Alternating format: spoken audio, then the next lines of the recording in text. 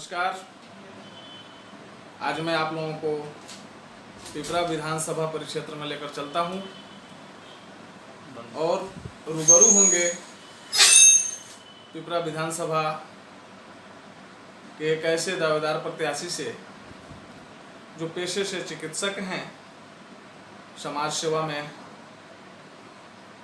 काफ़ी अरसे से इन्होंने अपनी भूमिका निभाई है और आज जन सेवा के लिए, जन जन के अधिकार के लिए,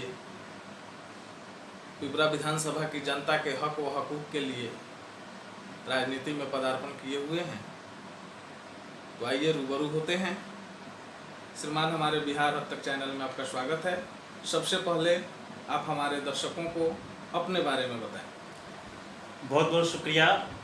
बिहार हद तक चैनल को मैं तहे दिल से शुक्रिया अदा करता हूं और इसके कश्यप साहब का बहुत बहुत शुक्रगुजार हूं कि आपने मुझे अपने चैनल पे मुझे अपनी बातों को रखने का मौका दिया।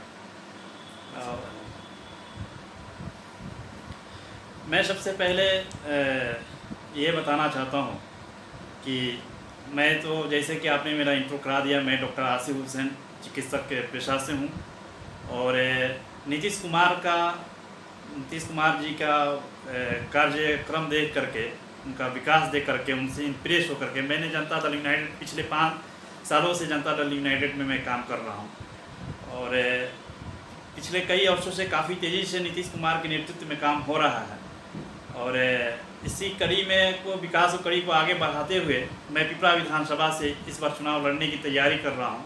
मेरा मुख्य उद्देश्य यह है कि हम अपने आने वाले पीढ़ी को, आने वाले अपने युवा साथी को सही मार्गदर्शन कर सकूं। मेरा मुख्य उद्देश्य है कि मैं जनता को रोटी, कपड़ा, मकान, स्वस्थ और शिक्षा और रोजगार कैसे मुहैया कराऊं, ये मेरा मेन मुद्दा रहता है। आप एक चिकित्सक हैं जी।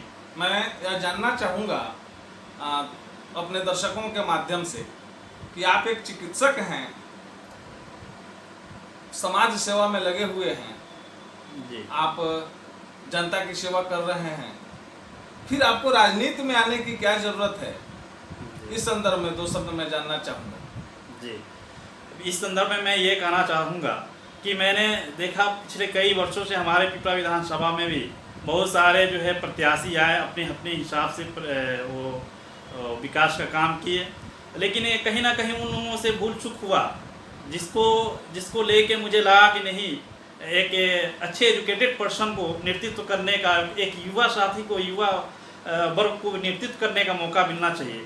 जो हमारे जो युवा वर्ग आज रास्ता भटक चुके हैं, सही मार्गदर्शन उनको नहीं मिल पाता है, इसके लिए युवा वर्ग को भी आगे आना जरूरी है। इस मकसद से मैंने राजनीति में कदम रखा और उस विषय पे मैं काम कर रहा हूँ। इसके अलावा आप कौन कौन सा सोशल वर्क करते हैं अपने जीवन में? देखिए, सोशल वर्क, मैं एक सोशल एक्टिविस्ट भी हूँ। मैं आपके चैनल से आपके सभी दर्शकों को बता दूँ, मैं एक अच्छा सोशल एक्टिविस्ट भी हूँ। इसी कड़ी को आगे बढ़ाते हुए मैंने एक अलमदद फाउंडेशन भी बनाया है, जिसके माध्यम से मेरा मुख्य उद्देश्य होता है लोगों को स्वास्थ्य और शिक्षा मुहैया कराना। और मुझे नहीं लगता है कि अगर स्वास्थ्य और शिक्षा में हम अच्छे से काम करें तो दूसरे और कोई फील्ड में मुझे काम करने की ज़रूरत पड़ेगा। स्वास्थ्य और शिक्षा की वजह से ही हमारे यहाँ के लोग पिछड़ने का मेन वजह यही है कि सही स्वास्थ्य उनको नहीं मिल पाता है या फिर सही शिक्षा से काफ़ी दूर हैं, जिसकी वजह से वो उनका विकास नहीं हो पाता है। तो मेरा मुख्य उद्देश्य स्वास्थ्य और शिक्षा पे काम करना है। मैं अपने दर्शकों के माध्यम से यह जानना चाहूँगा कि पिपरा विधानसभा की क्या समस्या है।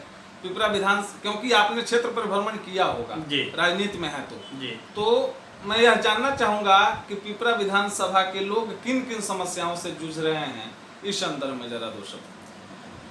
देखिए, समस्या की बात कहें हम तो नीतीश कुमार से पहले का जो शासनकाल था, जो लालू यादव का शासनकाल था, उसमें तो पिपरा विधानसभा सहित पूरे बिहार का बहुत बुरा स्थिति था। जंगल राज के नाम से हमारा बिहार जाना जाता था। उसमें हमारा पिपरा विधानसभा भी उसी बीमारी से ग्रसित था। जब से नीतीश कुमार आए तो काफ़ी तेज़ी से विकास हुआ, काफ़ी कुछ सुधार हुआ, रोड, नली, गली, स्वास्थ्य और सब क्षेत्र में विकास हुआ। लेकिन अभी भी जो कुछ कमी रह गया है उसको हम सुधारने की कोशिश कर रहे हैं। मेरा मुख्य उद्देश्य ये है कि हर पंचायत में स्वास्थ्य केंद्र हो और वो अच्छे से संचालित हो।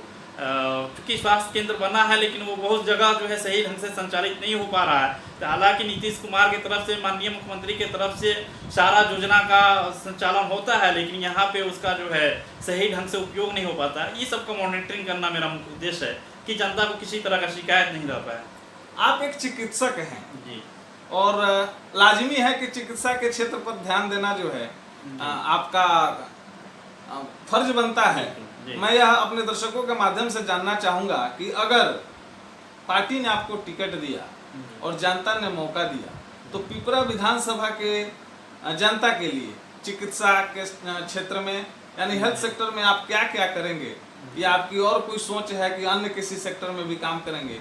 इस पर दो शब्द। जी, मैं स्वास्थ्य, सबसे पहले मैं, जैसे कि मैंने आपको पहले ही बता दिया कि मेरा मुख्य उद्देश्य जनता को रोटी, कपड़ा, मकान और स्वस्थ शिक्षा, रोजगार मुहैया कराना है। मैं स्वास्थ्य पे भी बहुत ज़्यादा फोकस करता हूँ, क्योंकि मैंने आपको बताया कि मैं जो अलमदद फाउंडेशन बनाया हूँ उसमें मैं उसके माध्यम से दो ही काम करता हूँ, स्वास्थ्य और शिक्षा पे काम करता हूँ। मेरा स्वास्थ्य पे भी बहुत फोकस है। मैं जब क्षेत्र भ्रमण में निकलता हूँ देखता हूँ कि काफ़ी ऐसे गरीब लोग हैं जो महज कुछ पैसों के वजह से अपना इलाज नहीं करा पाते हैं, जिसके वजह से वो गंभीर बीमारी के चपेट में आ जाते हैं और उनकी मौत भी हो जाती है। तो ये सब सिस्टम को मैं सुधारने के लिए कितने लोगों का मदद किया आपने अपने फाउंडेशन के?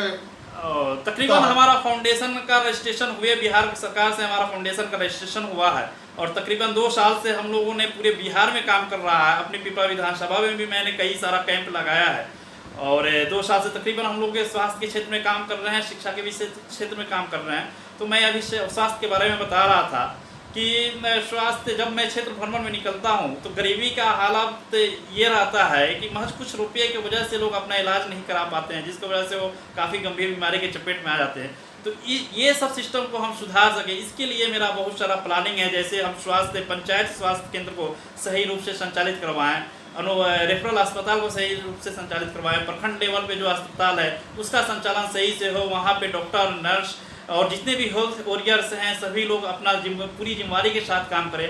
इसका मेरा मेन मुख्य उद्देश्य रहेगा और इस पे हम पूरा मॉनिटरिंग करेंगे और हर संभव कोशिश करेंगे कि हमारे क्षेत्र के लोगों को स्वास्थ्य मुहैया जो है सही ढंग से हो, स्वास्थ्य का जो सुविधा है वो पूरा सुविधा मिले। जनता ने अगर प्रतिनिधि बनाया जी और आप अगर उच्च पद पर गए तो इस पूरे पिपरा विधानसभा क्षेत्र को पहला तोहफा आप क्या देंगे?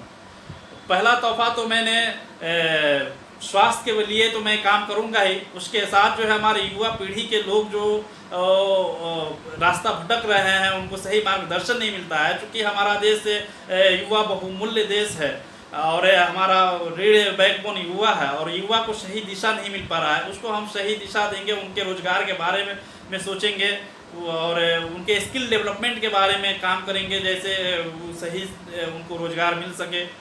ये मेरा मुख्य उद्देश्य रहेगा। बिहार सहित पिपरा विधानसभा प्रतिवर्ष बाढ़ की विभीषिका को झेलता है।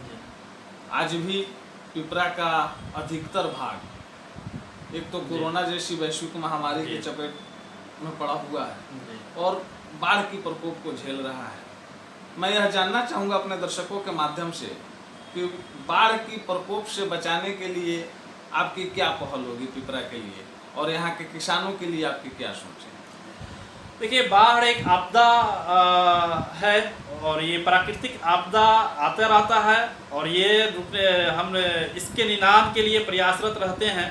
हमारे मुख्यमंत्री भी पिछले 15 वर्षों से पुलिया और इसके क्षेत्र में काफ़ी काम किए हैं, जिससे काफ़ी, लेकिन प्राकृतिक आपदा जैसे बाढ़ जो अभी आया हुआ है, ये इसके लिए हमारा जो है योजना, जो भी बाढ़ प्रभावित इलाका है उसको पहले से उस पर जो है मॉनिटरिंग करना कि कहाँ कहाँ बाढ़ जो ज़्यादा क्षेत्र प्रभावित होते हैं वहाँ पे सही ढंग से उसको रोकथाम कैसे किया जा सके, इस पे हमारा ये रहेगा कि हम काम कर सकें। बाढ़ प्राकृतिक आपदा है, हम सभी जानते हैं और प्रतिवर्ष यहाँ के लोगों को बाढ़ की विभीषिका को झेलना पड़ता है। श्रीमान, यह प्राकृतिक आपदा को मानवीय आपदा में भी बदला गया है। इस पर मैं यह जानना चाहूँगा कि अगर सरकार सबल रहती और इसके लोग, सरकार के लोग, आप भी सरकार में हैं, आप जदयू की पार्टी में हैं तो सरकार भी आपकी है, तो मैं अपने दर्शकों के माध्यम से जानना चाहूँगा कि अगर सरकार के द्वारा इस पर कोई उचित कदम उठाया गया होता तो शायद पिपरा विधानसभा के लोगों को ऐसी आपदा से बचाया जा सकता था। इस पर मैं यह जानना चाहूँगा कि क्या सत्य है। जी देखिए, उचित कदम में अवश्य उठाया गया है। हर साल मुख्यमंत्री जी खुद अवश्य खुद से वो अपना सब कुछ मॉनिटरिंग करते हैं। और लेकिन जब बाढ़ की इस बार जैसे कि बाढ़ का स्थिति कुछ ज़्यादा ही भयावह था, जब ज़्यादा भयावह होता है तो जो भी सिस्टम है वह सब ध्वस्त होने लगता है। इसके वजह से इस बार कुछ ज़्यादा ही प्रभाव पड़ा है। लेकिन उचित कदम तो हमारे मुख्यमंत्री जी हमेशा उठाए हैं, इस बार भी उठाए हैं और उठाते रहते हैं। पिपरा विधानसभा के छात्र, नौजवान, किसान और आधी आबादी जो महिला वर्ग हैं, इनके लिए आप कोई संदेश देना चाहते हो तो दो शब्द। जैसे आप आधी आबादी महिला सशक्तिकरण की बात कही, महिला सशक्तिकरण के लिए हमारे जो माननीय मुख्यमंत्री हैं वह एक उदाहरण है। पूरे देश के साथ पूरे विश्व के लिए उदाहरण है कि जिस तरह से इन्होंने 50% आरक्षण महिला को दे करके पूरे महिला का मनोबल बढ़ाया है, ये बहुत ही गर्व की बात है। और महिला का मान सम्मान जो हमारी पार्टी देती है, शायद इसके पहले जो है कभी किसी पार्टी ने महिला को उस तरह का मान सम्मान नहीं दिया, नहीं अधिकार दिया। और महिला का मान सम्मान देना, उनको सशक्तिकरण करना, उनको हर क्षेत्र में उनका जो है भागीदारी करना, ये हमारी पार्टी का प्राथमिकता है। और इस पर हमारी सरकार बहुत सही तरीके से काम कर रही है। जनता और जनमत में क्या अंतर है? जनता और जनमत से आप किस तरह वाकिफ हैं? जी, जनमत और जनता जो ये दोनों अलग अलग चीज़ हुई। जनता क्योंकि हम ग्राउंड लेवल पे जनता से जुड़े हुए हैं, जनता की सुख दुख सुख में शामिल होते हैं और उनका जो भी समस्या होता है उसके निदान के लिए हर संभव प्रयास करते हैं। एक प्रश्न मैं और जानना चाहूँगा। आप एक चिकित्सक हैं और चिकित्सकीय पेशा आर्थिक आमदनी के लिए और सोशल दृष्टिकोण से भी बहुत बेहतर है। तो मैं यह जानना चाहूँगा कि आज का चिकित्सकीय पेशा समाज सेवा कम और आर्थिक दृष्टिकोण से ज़्यादा बेहतर माना जा रहा है, क्योंकि चिकित्सक को भगवान के दृष्टिकोण से देखा गया है। लोग यही जानते हैं कि डॉक्टर भगवान तुल्य हैं। तो मैं अपने दर्शकों के माध्यम से यह जानना चाहूँगा कि आखिरकार एक चिकित्सक व्यवसाय कैसे बन गए और चिकित्सकीय पेशा जो है कि व्यवसायीकरण की तरफ कैसे चला गया, इस पर दो शब्द जरा बताएं। देखिए, जहाँ तक आपका सवाल है कि चिकित्सकीय पेशा व्यवसाय की तरफ चला गया, इसका मैं पुरजोर खंडन करता हूँ। इस तरह का कोई मामला नहीं है। आज भी कुछ चिकित्सक हैं जो इसको बदनाम किए हुए हैं, लेकिन 90% चिकित्सक जैसा कि आपने कहा कि ऐसा माना जाता है कि चिकित्सक भगवान के रूप होते हैं, वह ऐसे वो मैं नहीं मानता हूँ। मैं एक माध्यम हूँ और लेकिन 90% चिकित्सक उसी भावना से काम करते हैं, सेवा के भावना से काम करते हैं। देखिए, health sector, health hospital, nursing home चलाने में काफ़ी खर्च आता है। बहुत सारे स्टाफ रहते हैं, बिजली बिल, रेंट, ये सब रहता है। तो उसके बाद में पैसा मजबूरी है डॉक्टर को, चिकित्सक को लेना। लेकिन जब मरीज़ ठीक हो जाता है तो वही मरीज़ के आदमी कहते हैं कि हाँ डॉक्टर साहब बहुत अच्छे हैं। और जब अगर मरीज़ खराब हो जाता है तो वही लोग बदनाम करने लगते हैं कि पैसा लूट लिया गया, डॉक्टर डकैत है। इस तरह के शब्द चिकित्सक के लिए उपयोग नहीं करना चाहिए। 90% चिकित्सक जो है अपना अच्छे भावना से ही काम करते हैं। हाँ, कुछ चिकित्सक हैं जो इस क्षेत्र को बदनाम किए हैं, लेकिन ये इसको व्यवसायिक ये बनाया गया, इसका समर्थन में मैं नहीं हूँ, इसको मैं खंडन करता हूँ। ये व्यवसायिक ये नहीं है। धन्यवाद। आप देख रहे थे पिपरा विधानसभा के जदयू के प्रबल संभावित दावेदार प्रत्याशी डॉक्टर साहब को, जिन्होंने स्पष्ट और चंद शब्दों में पिपरा विधानसभा की जनता की बात कही है, उनके हकों की बात कही है। साथ ही इन्होंने संकेत भी दिया है कि जनता ने अगर इन्हें मौका दिया तो पिपरा विधानसभा के लिए इनकी क्या थीम है, इनकी क्या ड्रीम है, यह पिपरा विधानसभा को कैसे सजाएंगे। मैं SK कश्यप, जर्नलिस्ट, बिहार।